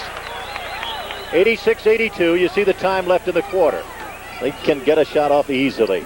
They'll look for Moses against Williams. Will he go? Yeah, he does. He's long. Barkley gets the rebound. Barkley inside. Great block by Garnett again. Another sensational He play gets a standing by O. Bill Garnett. Look at the crowd. Standing ovation for Garnett. Oh, he's going to love it here in Indiana. What a play by Bill Garnett. Outstanding. And ladies and gentlemen, that ends the third quarter of basketball at the Market Square Arena before 15,031. We've got 1 quarter to go. At the end of 3, Pacers 86, Philadelphia 76ers 82, and this is the Pacers Television Network. Here so far tonight, it's Bill Garnett. Garnett has 13 points, but what a job he has done defensively. He's Mr. Dirt. He's that guy who puts his nose right in the ground and does it all. Philadelphia trailing the surprisingly aggressive and competent young Indiana Pacers, the youngest team in the league, but the youngest club in the lead right now, 86-82. Williams shoots in heavy traffic. That was a set play during the timeout that they ran for Williams. Bobby Jones blows it, but Barkley, trailing excellent, comes in and tips that baby in, and the lead is cut down to 2. Bobby Jones really got out on the break in transition, but Barkley did a good job hanging around the basket for the follow. Seasting, who had 2 3-point plays against Chicago the other night that were key plays. Over to Kellogg. He takes about 4 different fakes and scores. He really loves great head fakes. Knows how to use that dribble move, too. I think Dick Vitale, you've given him something to think about. He told me tonight, he said, I'm quick enough to do it all whenever I want. Bobby Jones sits and cuts it to a 2-point lead. 11-5 to go in the game. Jones will never hurt you on that basketball floor. Always takes the right shot, makes the good deflection on defense, denies, invites you to people like he's doing there. Bobby Jones is a winner. But he's having trouble stopping Kellogg. A bank shot, no good. And there are a lot of Forced people. the shot. A lot of people are going to have trouble stopping a guy like Kellogg with all his moves and his ammunition. Really very difficult to stop many of the stars in this league, Jerry. Oh, and Bobby beat Kellogg on that play and got all alone for the bunny on a great pass. Good timeout by George. They're really having a few mental lapses on a defensive end, and you can't have that against Philadelphia. Timeout on the court. On the LS Ayers scoreboard, it's Philadelphia 88, Indiana 88. LS Ayers is the official store of the Indiana Pacers. This is the Pacers Television Network.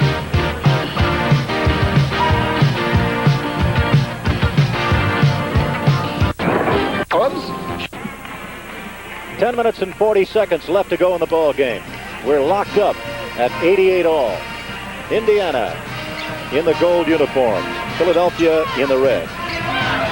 A great block underneath by Philadelphia. And I think they scored the goal. They should scored score. the goal. Yeah, he got that ball on its downward flight. Good call right here. That ball is, no, the ball already touched the glass. That's why he made that call. Wally Rooney right on the play, showing why he's such a veteran in this league. 25 points for Clark Kellogg. What a night he's having, and the lead is 2 for Indiana. Bobby Jones in the paint. Moses out there taking the shot, and he cans it out there. He's been cold outside, missing 3 shots outside in the first half, but he's got 24 in the ball game now. If he's going to beat you, you want him to beat you from the perimeter. Clark Kellogg got it over to Stipo, and Stipo whacks it in. Stepanovic again demonstrating that he has range as a shooter. 7 foot, shooting the 18-foot jump shot. Oh, notice how Threet found the open man when he saw the double team. Great passing by Philadelphia. They're very unselfish. They know what it takes to win. They play with a team concept both on the offensive and defensive end. The thing that scares you, Dick, is they got Irving out of the ball game and also Mo Cheeks out of the game, and here they are now at a 92-all game. They kill you with their bench. They kill you with their defense. They beat you by wearing you down. They're a lot like Moses, who's Mr. Relentless. They just keep working on you. They have so much personnel. They do have a number of people that are quality players. They have very few weak spots on their roster. And you know, it takes many years to build that kind of roster. Into the hole with a turnaround jump by Barkley. Oh, if he comes into his own this year, I think they'll beat Boston in the World Championship. I really do. They've just got too much balance for Boston. The only thing is, can they put it together as a team? That's Jimmy Thomas. Misses, and keeping it alive and tipping it on the sideline and saving it on a great play is Irving. Malone tipped it over there, and that's Clint Richardson back in the ball game with 3. Look how confident they are. They act like they're going to win it going away, and they're in a tie game right now with 9 minutes to go.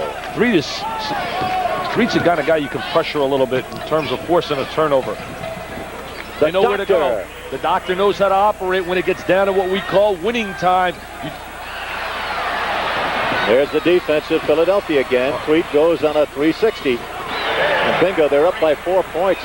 Threet with a really solid spin and pin move. This is the little spurt I was talking about, Jerry. They're so capable. You play them close, and they're so capable of getting that 6-1, 8-1 spurt on you. Out of bounds turnover called against Indiana. Boy, that one hurt. 116-85 in the fourth quarter. Boston over Golden State, 94-93. Make it 94. 8.5 minutes to go in this one, 96-92. Philadelphia leading. First Indiana Federal Savings Bank and your Pacers invite you to a theater on the wood right after the Milwaukee Bucks game. Don't miss our post-game cabaret Tuesday night after the Pacers-Bucks game, sponsored by First Indiana. The next 3 minutes are going to be really vital. If they're able to get out to an 8-10 point lead, it's going to be very difficult for a young team like Indiana to come back on them. It's important in the next 3 minutes. Clem Johnson kept it alive. Inside, Barkley keeps it alive. It's stripped away by Fleming. The doctor fights after it. And a good bounce pass over to Barkley while he's sitting down. Oh, look at him hit on the boards. I'm going to tell you, Clem Johnson and Garnett throwing elbows at each other. And they really were locked horns in that one. The action under the boards right now is ferocious. They got an offensive foul on Charlie Barkley. Boy, You take a look inside right now. Barkley pushes off with his body. These two are going to go at it. Garnett's not going to back away. Clement Johnson says, hey, don't come after me. Barkley's the guy that's throwing his weight around, and oh, does he have weight.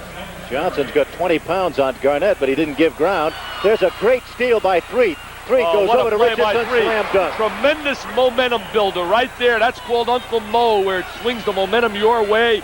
Hey, he was like Pac-Man. He just chewed up that loose ball. And the lead is 6. What a vital play that was against the rookie. Threet just gave him a lesson. Now in forecourt, they double team. See how they're trapping. They're overplaying the guy with the ball. They're double teaming the man with the ball up high. Their defense is a pressure defense, and they're doing a heck of a job. He just nailed them for an illegal defense. That's why they're doing a heck of a job, right? They've been playing the illegal defense. Not really, Jerry. They rotate over. They get help in the lane. They double up on the basketball. They hide it. They try to bend the rule as much as possible. Remember this, in the NBA, you can't lane up for more than a 2.9 seconds in that lane. It's a 3-second violation on the defensive end as well as on the offensive end. Garnett on the front line. This possession is big. They got to score right here and stop this momentum. Foul called against Philadelphia. They've been very aggressive on defense for the last quarter, and it's brought them back. They were down by 7, and they now lead in the ball game by 6. And the foul gives the Sixers their first team foul, and number 3 on the doctor. We have exactly 7:25 to go in the game. Get a little hairy right now, Dick. They're going to have to get a good shot. Well, they're playing off Stansbury right now, and they're... Oh, did he get a little Hail Mary time that time? They really played off him. You talk about illegal defense. They just clogged the middle and didn't get caught on it that time, and they threw up the prayer, and it was answered, 98-94.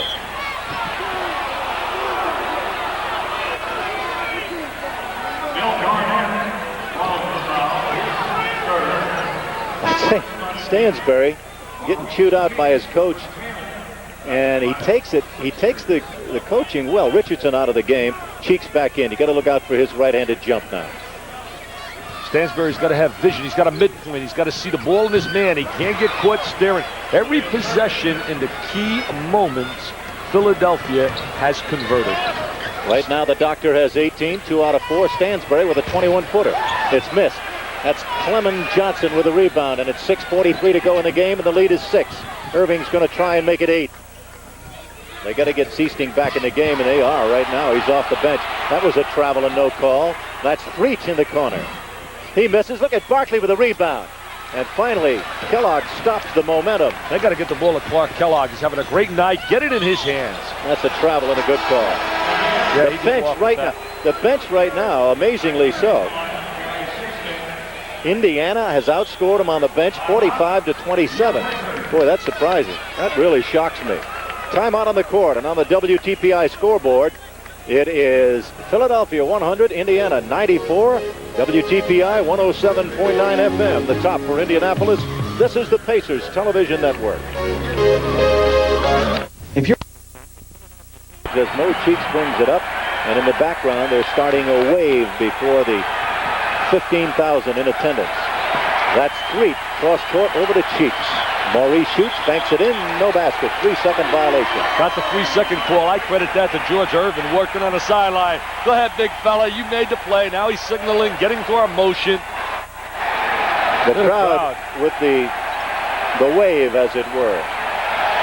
Fans really getting enthusiastic and behind this basketball team. 6 minutes to go in the game, and the lead is 6 for Philadelphia.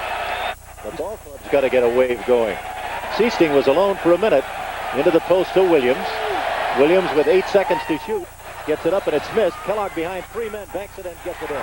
Really works the glass. Once again, he just has that tremendous knack of getting inside position. Williams with the little shot inside. His former Buckeye teammate says, don't worry about it, Herbie. I'm going to score. 5 minutes and 40 seconds left to go in the game. Hang on to your hats wherever you may be. This may be a knee knocker, baby, right down to the buzzer. Barkley is against Kellogg at the high post. Clement Johnson in the left corner is against Herb Williams. Threet goes inside against Fleming. Irving is up against Garnett. Out of bounds it goes, off the fingertips of Seasting, who was guarding Maurice Cheeks. That was a tough break because Barkley really tried to force the action. Now they're going to get Tony on the floor, bring in some experience, and play their regular starting. No, it's not their starters because Barkley's on the floor, and so is Fleming Johnson. Fleming is going to have to hug him and a whistle. 5-second violation. Tough defense on the inbounds in a basketball. You got to get that ball in once it's handed to you within 5 seconds, and Philadelphia up against good defense didn't do it. Now with a chance to cut the gap down to 2. The lead is 4. Can Indiana come back? Got to go to your first option. Got to get it to Clark Kellogg or Williams. For that basket, definitely. Goaltending. Created because of the good reverse layup. See, he used the basket as a wedge to where the defensive player had to make contact with that net and interfere with it. The lead is 2 for Philadelphia. Seaston really working defensively. Oh, is he working? All you Purdue alumni should love Jerry Seaston. Foul called before the shot against Indiana. And at the line, no, I don't think he's going to go to the line. That should only be number 2 called against the Pacers. They'll inbound it in front of our microphone. They drop it down inside. Seaston attacks Barkley down inside. That's almost a regular play now in the NBA. You attack the post guy down inside with your guard and double up on him. It's called double down. Moses is not in the game, but the doctor is. He banks it and misses by a whisker, but Barkley behind 2 men grabs the rebound. And it's taken away by the doctor. He's bumped, no whistle. Loops it up in the air, and it's intercepted by Fleming. They're getting too many second and third shots. They got to make this one count. Foul called against Maurice Cheeks, and at the line. No, not at the line. It is the second team foul. He was not in the act of shooting. Jerry, not good judgment in transition right here. The ball is given up to Clark just a little bit too early by Fleming, rather than making Clark make that good 45-degree angle cut. So many guards in the NBA, and that takes time and experience and playing the point. Do not use good judgment in transition. Bobby Jones back in the game. Barkley comes out. Jones will now pick up Kellogg. Vern Fleming in the hole, way down underneath, trying to get loose in the hole. Seasting has the ball. The lead is 2 for Philadelphia. We have 4 minutes and 30 seconds to go in the game. Kellogg working one-on-one against Bobby, shoots, and it's no good.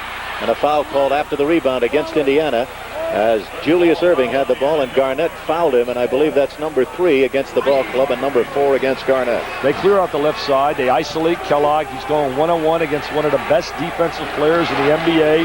Bobby Jones gets the shot off. It just didn't fall. Back to live action. Cheeks brings it up. Moses Malone back in the ball game in the high post on the left. Gets it. Goes into the number 2 rebounding spot on the left. Double team. Now Cheeks is alone. They pick him up a second man. Finally, Erving is alone and banks it in, but excellent defense by Indiana. I'll tell you one thing. Cheeks can deal that basketball. He dishes it with the savvy of a Vegas dealer. I'll tell you something. He finds the open man all the time. -4. Seasting with a 21-footer. No good, and Moses Malone with his specialty gets the rebound. This is where guys like Moses and Julius Erving really excel. When you get within the last 4 minutes, like this guy, Cunningham, did he excel at pressure time when he wore the uniform for North Carolina and also for the 76ers in the NBA.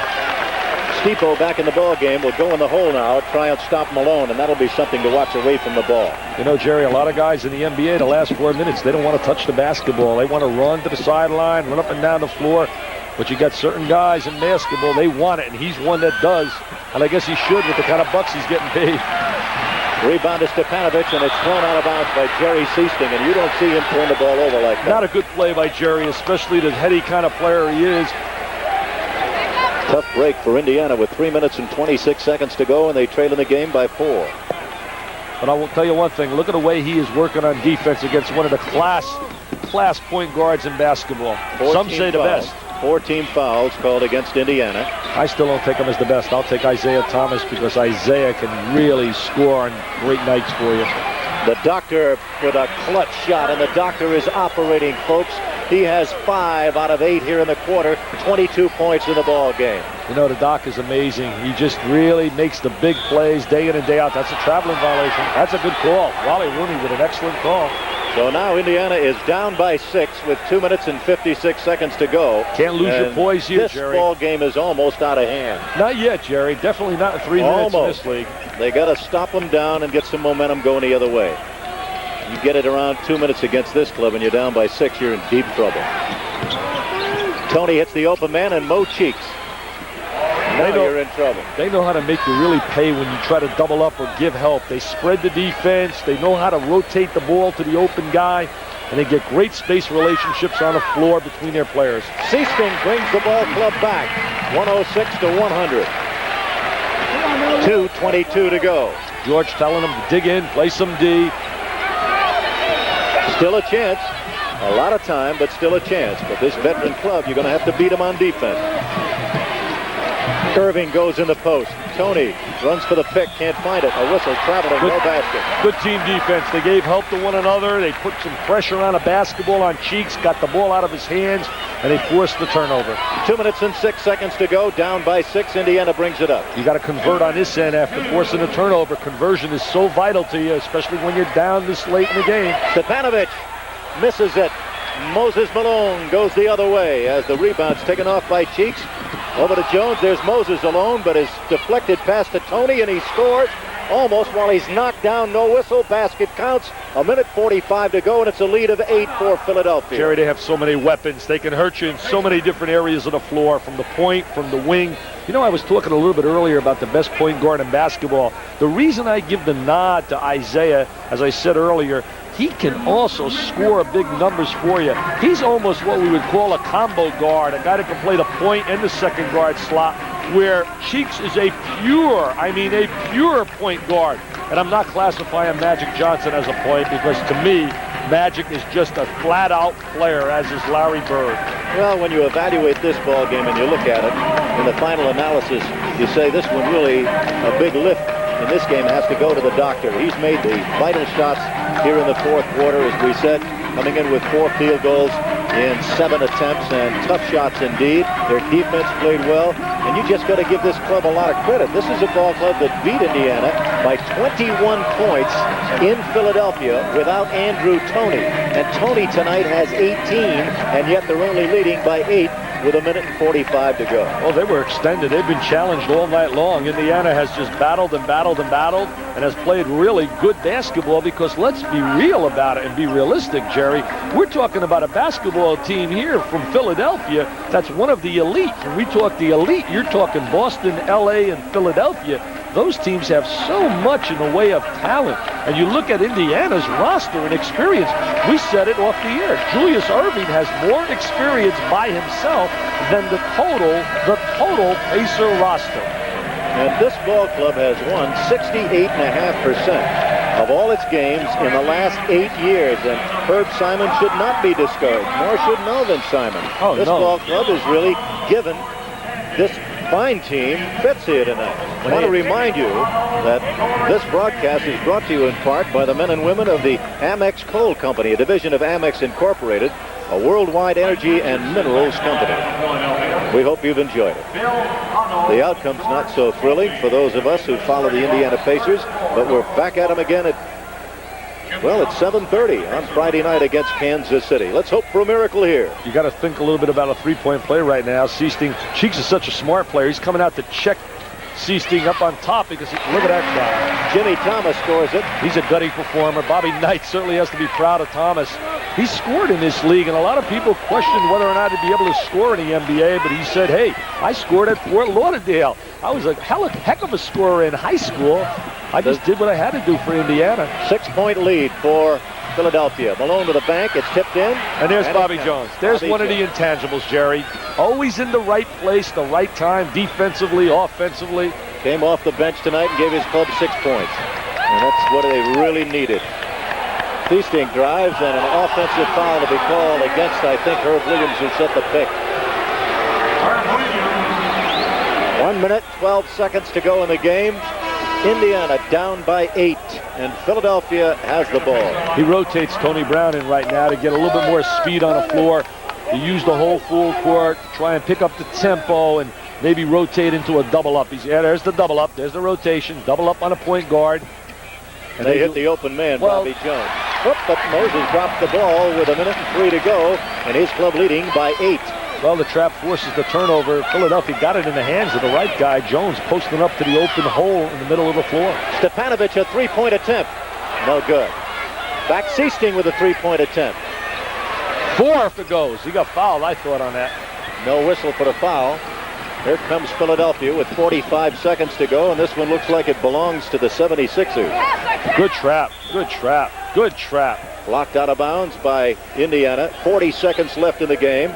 The lead is 8 points for Philadelphia. Jerry, when you're rotating and trapping the way Indiana is right now, an experienced team like Philadelphia can really make you pay for that trap by rotating it over to the weak side and finding the open guy. However, they have no choice, Indiana. They have to trap and they have to use the three-point weapon. 40 seconds left. We hope that you'll join Peck's Menswear, WZPL, and your Indiana Pacers for a night of basketball and magic.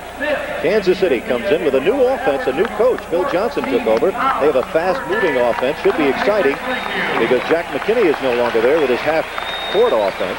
Blackstone the Magician comes in, and after the Pacers-KC game, join the fun with Magic, the Magician, Blackstone. And if you bring your oldest, ugliest tie to the game, watch Blackstone and Peck's turn it into a brand new one. 22nd timeout also now by Indiana. You know, you mentioned Phil Johnson. He did a solid job in his previous stint at Philadelphia as a head coach. And right now, I think they're going to play an up-tempo kind of game like Utah, where he served the Don Rickles of coaches, Frank Layden, on a sideline, and they played that fast-paced game.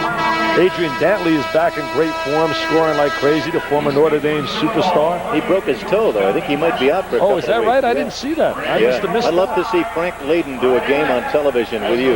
You two guys would be sensational. Thank you. I don't know about me. I know he would be. This game is brought to you in part by the Coca-Cola Bottling Company of Indianapolis. Coke is it. 40 seconds left in the game.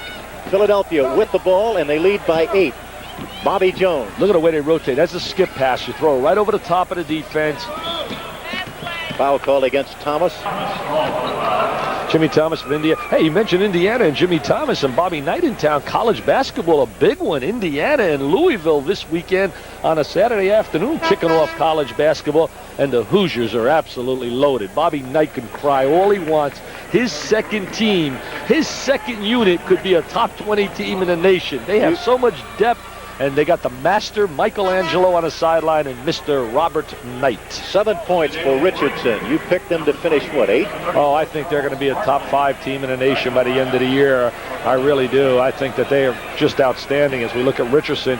Louisville has lost some key people. They got a great, sensational young kid, Kevin Walls, coming out of high school, led the nation in scoring, but I think they're just a little too young for Indiana right now, this early in the season. 28 seconds to go. The three-point shot's no good. And out of bounds it goes. It belongs to Indiana with 24 seconds left in the game.